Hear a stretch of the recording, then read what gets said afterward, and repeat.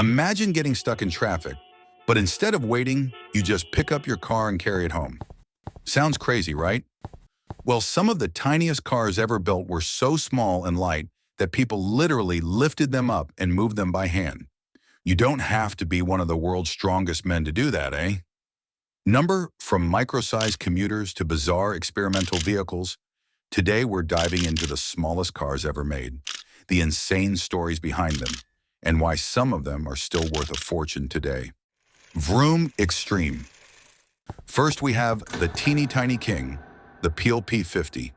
The legendary Peel P50, built in the 1960s on the Isle of Man, holds the Guinness World Record as the smallest production car ever made. It's so tiny that it had just one door, one seat, and a single windshield wiper. It had a 49 cubic centimeter engine, giving it a top speed of 38 miles per hour, an equivalent of 61 kilometers per hour. It was so light, weighing 130 pounds, that if you got in an emergency, you could just get out and drag it like a suitcase. Would make a great traveling bag too. Fun fact, a Peel P50 was once driven inside an office building as a prank, proving that it was literally small enough to drive through doorways. Second on the list is the strange tale of the Messerschmitt KR200. The Messerschmitt KR200, a bubble car designed in post-World War II Germany, was originally made by an aircraft company banned from making planes. So instead, they built a tiny, three-wheeled microcar with an airplane-like cockpit.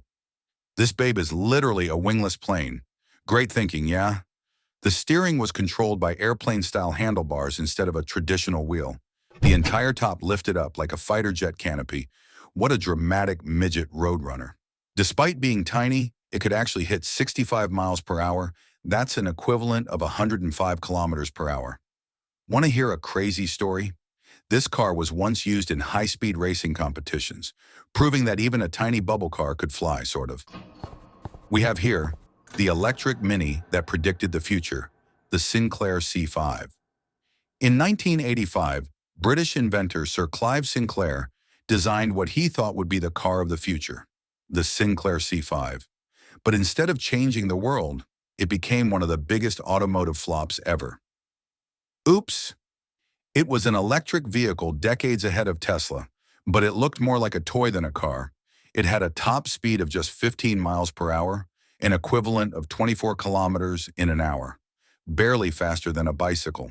You don't need to get struck by lightning to outrun this one. The biggest problem? It was so low to the ground that truck drivers couldn't even see it in traffic, which is a disaster if you ask me. Did you know? Because it was classified as an electrically assisted pedal cycle, people didn't even need a license to drive it. Smart thinking. But most buyers were too embarrassed to be seen in one. Crazy fellas. We have the quirky Japanese K-cars too, small but mighty. They say Japan has always had a love for tiny practical cars, thanks to strict size and tax regulations. The K-car category has produced some of the coolest and weirdest tiny cars ever known to mankind, like the Suzuki Cappuccino, a mini sports car that feels like a Mazda Miata's baby brother, the Honda N360, a car smaller than a smart car but with enough power to cover 70 miles in an hour, outrageous in it, and the Daihatsu Midget 2nd Edition, a tiny pickup truck with just one seat but a bed for carrying cargo. Wonder how many laps for this baby to relocate items from a full house.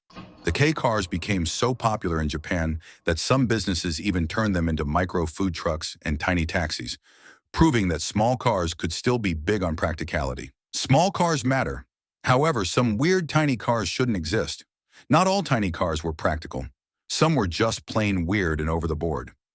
Here are some of the strangest microcars ever built.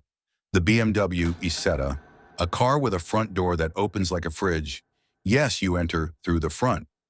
The Tango T600, a two-seater car that's skinnier than a motorcycle, but can go over 150 miles per hour. Every successful turn at high speed should be cherished as a precious moment.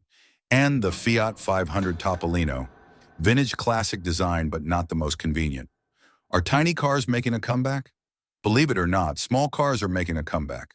With urban congestion and electric vehicle trends, companies are bringing microcars back to life. A few others include the Citroën Ami, a super tiny EV that you can drive at age 14 in some countries like France and Italy. The Microlino, a modern take on the BMW Isetta with an all-electric drivetrain. Crazy door too, right? Yeah. The Fiat Topolino EV, a stylish retro mini EV for city driving. Don't want to drive that in the rain or extreme windy conditions. Would you drive one of these tiny cars? Let me know in the comments. Just don't go about drifting in any of them, because that'd be a death sentence literally. It's obvious it's dangerous due to their lightweight and unstable nature, making them more prone to rolling over or losing control. Their narrow tires provide less grip, increasing the risk of spinning out or crashing, while their weak chassis and minimal safety features offer little protection in the event of an accident. Additionally, most microcars lack the engine power needed to sustain a controlled drift, leading to unpredictable slides. Since many are also front-wheel drive, traditional drifting techniques don't apply, making it even harder to maintain control. From the Peel P50 to modern micro-EVs, these tiny cars prove that bigger isn't always better. Whether they were ahead of their time, quirky failures, or just plain ridiculous, these cars made history beyond all doubts. Which tiny car is your favorite? Let me know in the comments. And don't forget to like, subscribe, and hit the bell for more crazy car stories. Vroom Extreme.